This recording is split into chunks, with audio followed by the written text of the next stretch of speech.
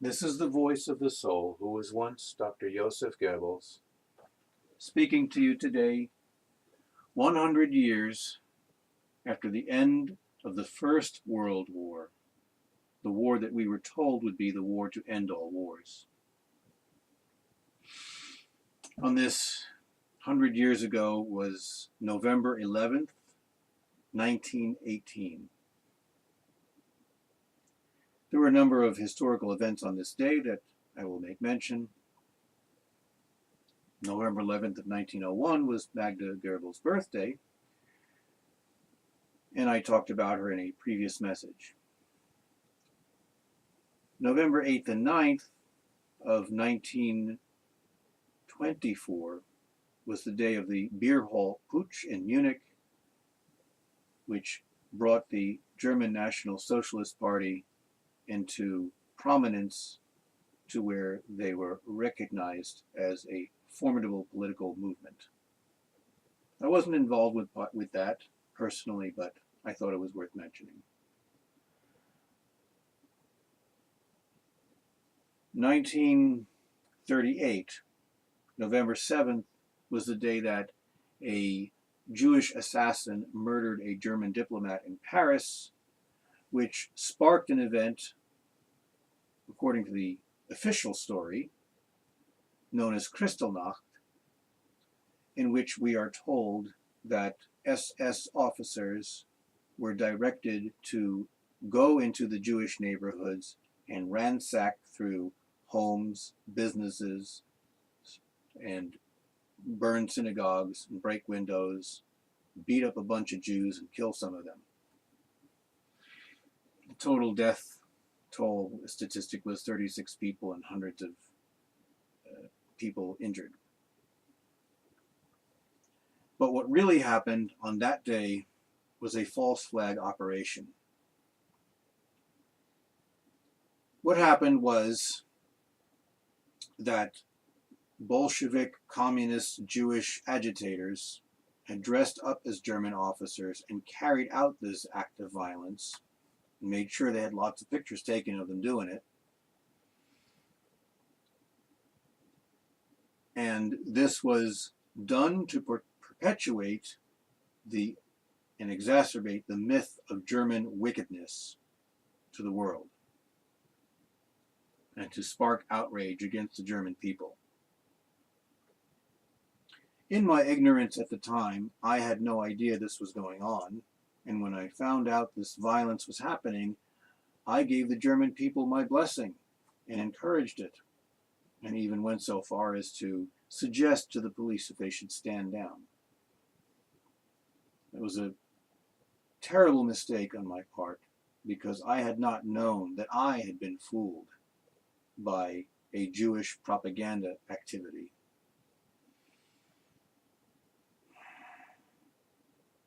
That error on my part led to a distrust between myself and the Fuhrer. He didn't trust me after that, and it took a long time for him to regain my trust, and during that time, that led to consequences for the German people and the German nation in the face of war. What really happened was when Hitler found out about this violence, he then ordered the SS to put it down, to round up these perpetrators and bring them to justice. And when the German people found out about this, the German people were outraged at the violence. The German people did not condone this violence. This shows you the truth of the goodness of the German people, and that the wickedness is a myth, and the wickedness, in fact, lies with the Jewish perpetrators. Now, in recent events in the United States, a similar thing happened in which a nut job goes into a synagogue in Pittsburgh, shoots up the place, kills 9 people. The news was all over it, spreading outrage against the white nationalist neo-Nazi, when in truth, no one who is in any way, shape, or form connected with any American version of white nationalism knows who this person is. No one knows him, and those who heard about it condemned this activity. In no way, shape, or form wanted anything to do with it. But the press went on with its story of hatred towards anyone leaning towards any kind of white nationalism as stopping as hateful, racist, violent people. And the American people bought it. And as long as the American people continue to remain gullible, you will be continued to be subjected to these acts of violence perpetuated by your own government and by your own news media. So whether it's a school shooting or something bigger, like 9/11, it's going to keep happening as long as you keep falling for it. That's all I want to say about that event. On November 16th of 1933 was when American President Franklin Roosevelt had sold the American people out to the Soviet Union by officially making diplomatic relationships with this new communist nation. By that time, America had already been infiltrated for the past 30 or so years by Jewish communist agitators, just as were sent to Russia to create the communist revolution. What was going on in America was a much more insidious and widespread, massive operation to bring down America. The seeds were sown by Franklin Roosevelt, and now today in America, as America is falling apart, we are starting to see the fruits of those foundations.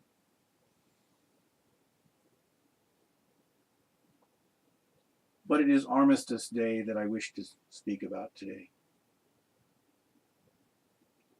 What would happen if Germany had won? We did not start that war. We didn't want it. The Kaiser just wanted to stop fighting and everyone go home.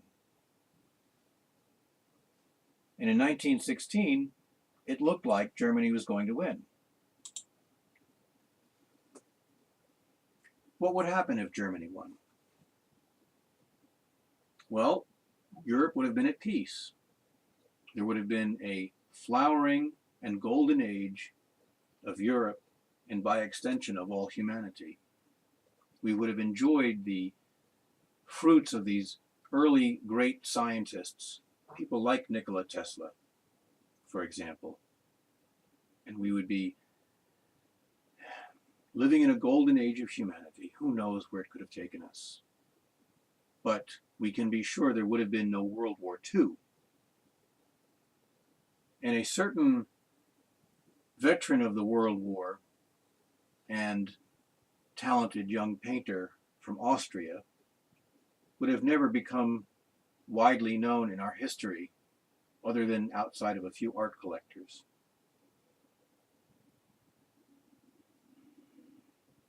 But well enough could not be left alone.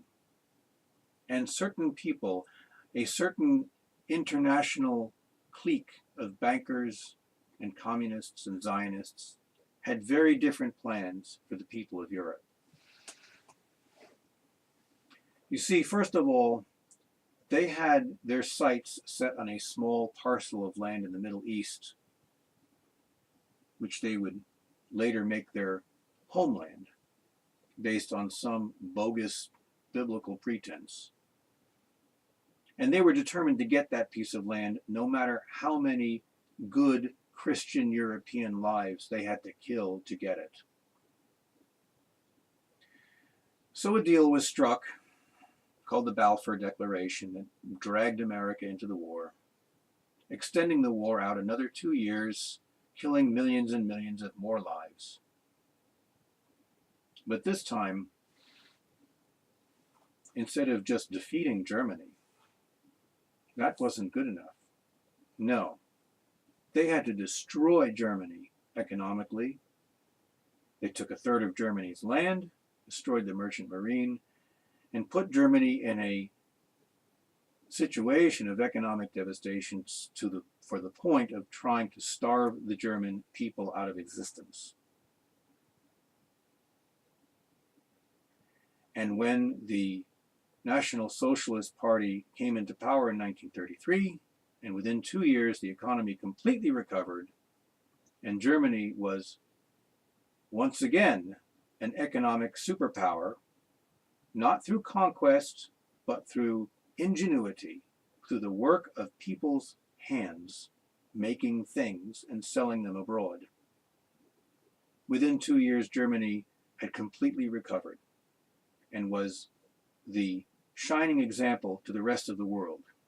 And when this happened, then the world powers once again conspired to destroy Germany and destroy her people. Why? They had made war on no one. They wanted war on no one. Why?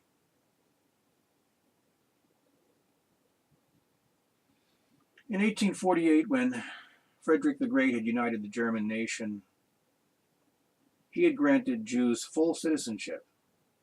He was the first great European nation to do so.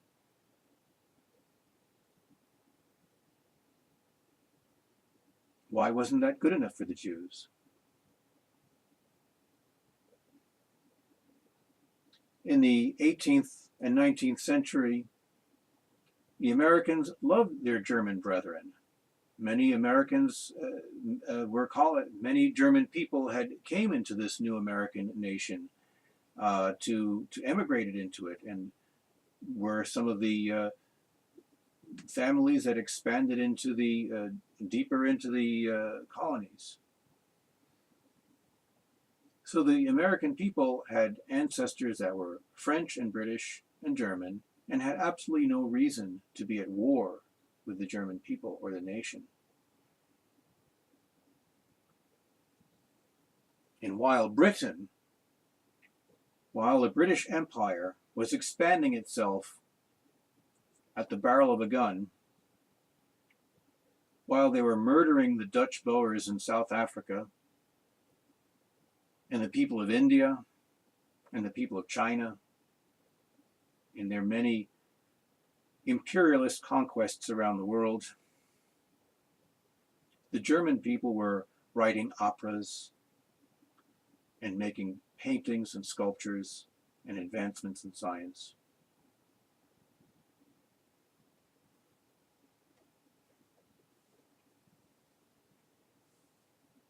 So why couldn't well enough be let alone? Well, I'm going to tell you there was more at stake than just that piece of land in the Middle East. I'm going to give you a quote from a Rabbi Reichhorn in 1859 in France. He said, and I quote, "Wars are the Jews' harvest, for with them we wipe out the Christians and get control of their gold. We have already killed 100 million of them, and the end is not yet." So you see, over the centuries of Europe, Jews were involved in the many European wars, which is too long of a discussion to have today. But I tell you that the acquisition of the gold is only part of the story. The real gold is the 100 million Christians that have died in their wars. And in the century that followed, hundreds of millions of Christians good men and women, burned to death in the bombing raids and shot and raped and starved and tortured in a war so horrific, in a century so horrific, that the world had never seen anything like it in all of its centuries past. That is the real gold. That is the milk and meat of the Jews. That is their shoah, their burnt offering upon the altar of their God.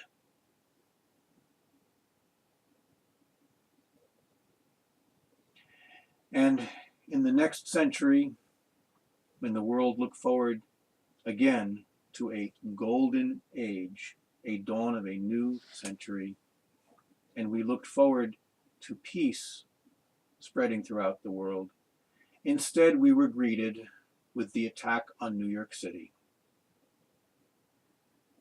and Washington, D.C., which brought in yet a new century of war and suffering and cruelty, the likes of which have already begun to show the potential to overshadow the wars of the last century. And now there is a new thing, an insidiousness, a maliciousness, in which the wars are not just fought with guns and bombs, but now the wars have infected the minds of the European people, in which the European people have been tricked into hating their own selves to the point where they refuse to preserve their own life and their own nations and lay down their arms while their invading hordes just simply walk in. And then they pay for these invaders. It's truly bizarre. And it's truly insidious. It is a type of warfare millions of years from now, we may never even remember how this happened.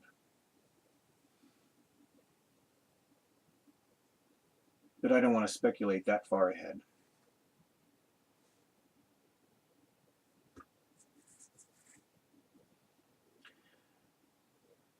This is the nature of this agenda.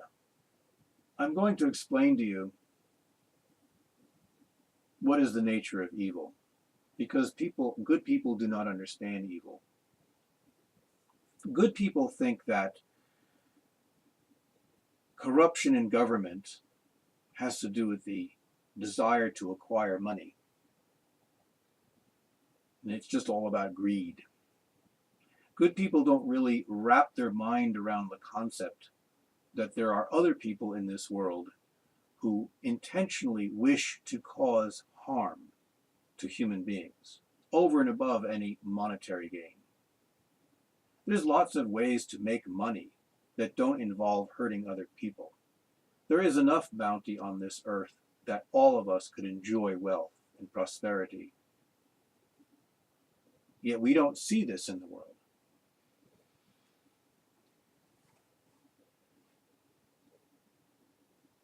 Good people do not understand the psychology of evil, and so they assume that other people are good just like them and can't understand why these things are happening. But I'm going to tell you the nature of evil. Evil hates itself. I tell you again, evil hates itself. And because it hates itself, because it loathes and cannot stand to look at itself, and because when it sees the goodness and beauty of God's creation in this world, it hates it. It hates it because it cannot stand its own ugliness, and it looks upon this beauty and it hates it because it can't be it. So it seeks to destroy.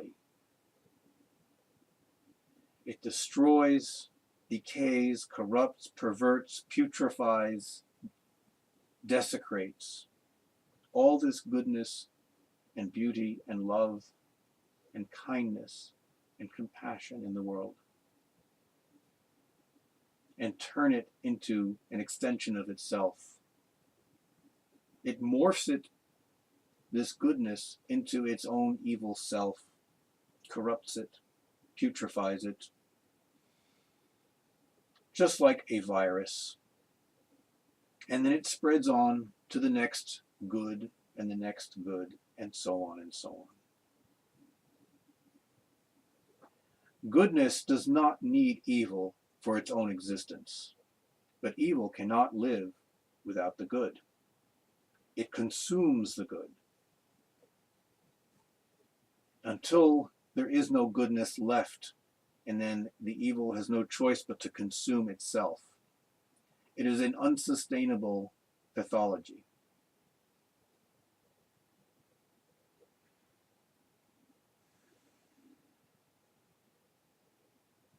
Where did this evil come from? Well, that's a long discussion which is described in some of the Gnostic texts, like in the Nag Hammadi, such as the Apocryphon of John and Pistis Sophia, if you want to look those things up.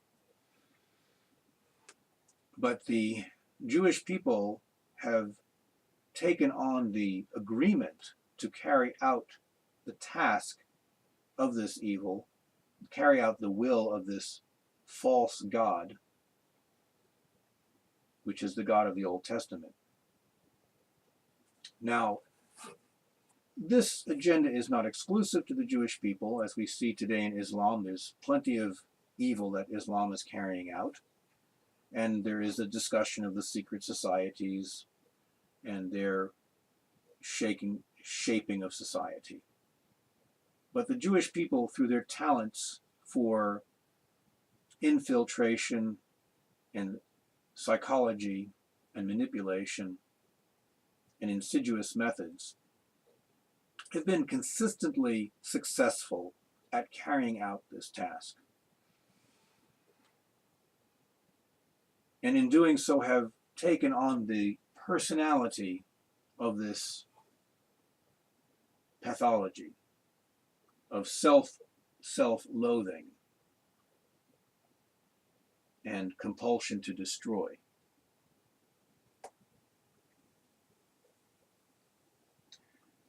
For example, we see there's a passage in the Talmud, Sanhedrin 59, in which it says, "Kill the best of the Goyim."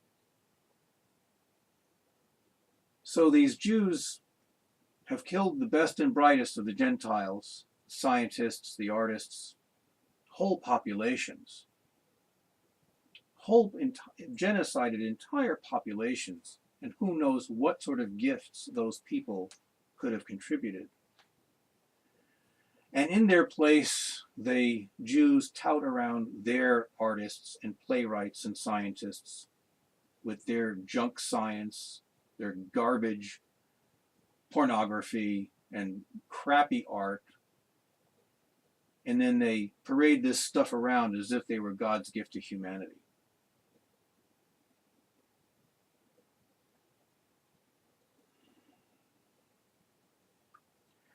Granted, not all Jews participate in this agenda, and many have broken away from it.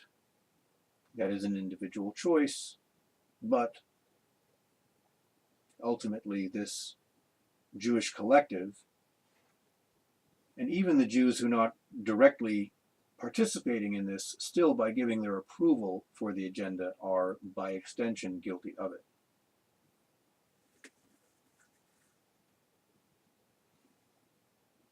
And so on this Armistace Day,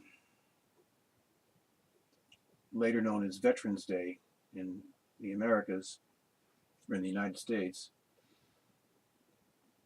when our veterans are wondering what all of this fighting was for, why did they go to war, and why are they mourning over their deceased friends and their own broken bodies and their own traumas. Many of these veterans are homeless or alcoholics, carrying around the burden of the trauma of war and the guilt, and wondering what it was all about. Because the war was never in Germany. The war wasn't in Korea or Vietnam or Iraq. The enemy was already within the gates, in your own government, in your schools, the people teaching your children. That's where the enemy was.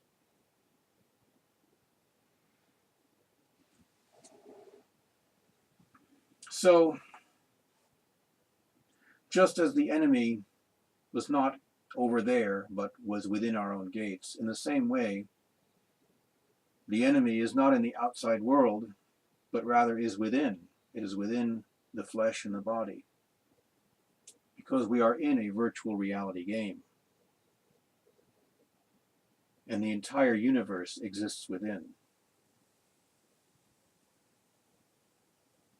I know in my own incarnations, many, many lifetimes, I have tried to fix the world. I've tried to make right what was wrong. And every time, my efforts backfired. Everything that I fixed got broken again, especially Germany. And now in this life, I know that I can't fix the world.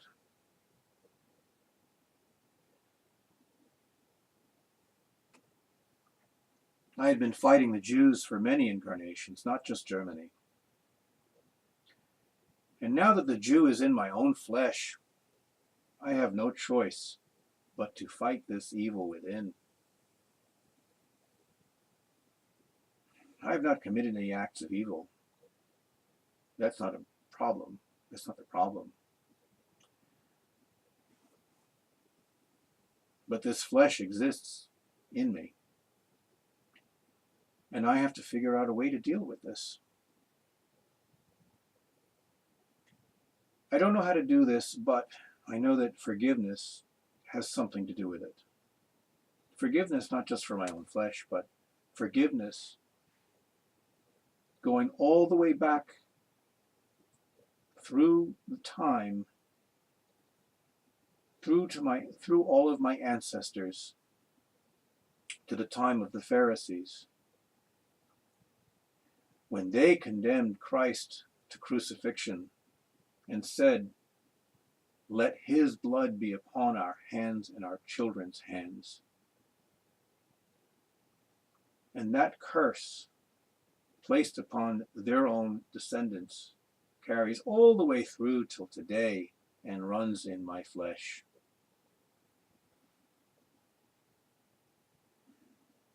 And I have to find a way to remedy this.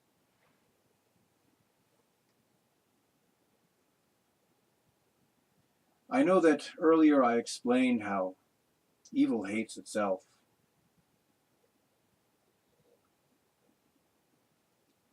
And that how forgiveness is something I must find a way to do. I would not ever expect anyone else to try to take on this task. This is not your fight, it's mine.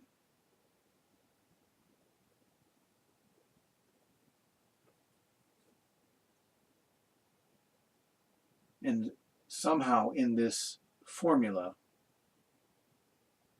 there's a way to break this script and in doing so, I can begin to see some of what was made wrong become right.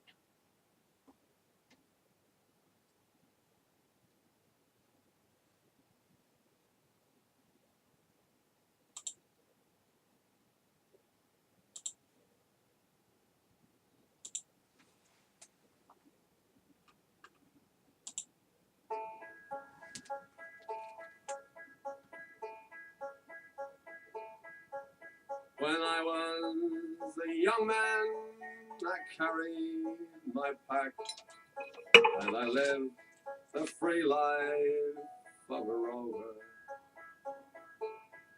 From the Murray's green basin to the dusty outback, I waltzed my Matilda all over. Then in 1915, my country said, son, it's time to stop rambling, 'cause there's work to be done. So they gave me a tin hat and they gave me a gun, and they sent me away to the war. And the band played Waltzing Matilda as we sailed away from the quay. And amidst all the tears and the shouts and the cheers, we sailed off for Gallipoli. Oh, well, I remember that terrible day when the blood stained the sand and the water. And how in that hell that they call Sophia, we were butchered like lambs at the slaughter. Johnny Turkey was ready, he primed himself well. He showered us with bullets and he rained us with shells. And in 5 minutes flat, he'd blown us all to hell. Then he blew us right back to Australia. And the band played Waltzing Matilda as we stopped to bury our slain. And we buried ours, and the Turks buried theirs, and it started all over again. Now those who were living did their best to survive in that mad world of dust, blood and fire. And for 7 long weeks I kept myself alive, though the corpses around me piled higher. Then a big Turkish shell knocked me arse over tick, and when I awoke in my hospital bed and saw what it had done, Christ, I wished I was dead. Never knew there were worse things than dying. I no more I'll go waltzing Matilda to the green bushes so far and near. For the hang tens and pegs, a man needs 2 legs. No more waltzing Matilda for me.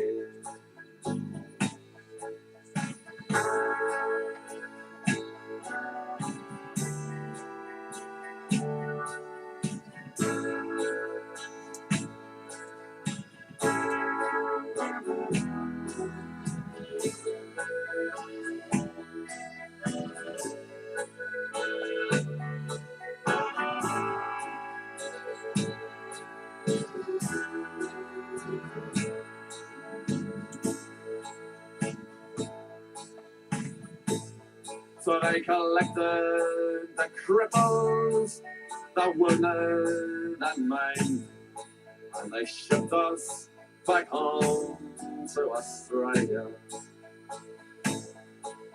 The legless, the armless, the blind and insane, those proud wounded heroes of Sophia.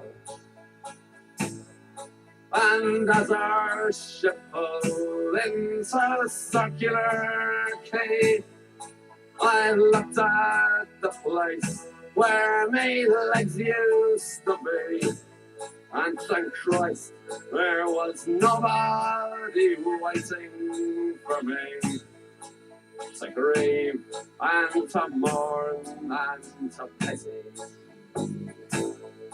And the band played Waltzing Matilda as they carried us down the gangway. But nobody cheered, they just stood and stared, and they turned their faces away. And now every April I sit on my porch and I watch the parade pass before me. I see my own comrades, how proudly they march, reliving the dreams of past glories. I see the old men, all twisted and torn, the forgotten heroes of a forgotten war. And the young people ask me, what are they marching for? And I ask myself the same question. And the band plays Waltzing Matilda, and the old men still answer the call. But year after year, their numbers get fewer, so then no one will march there at all. Waltzing Matilda, Waltzing Matilda, ooh, go waltzing Matilda with me.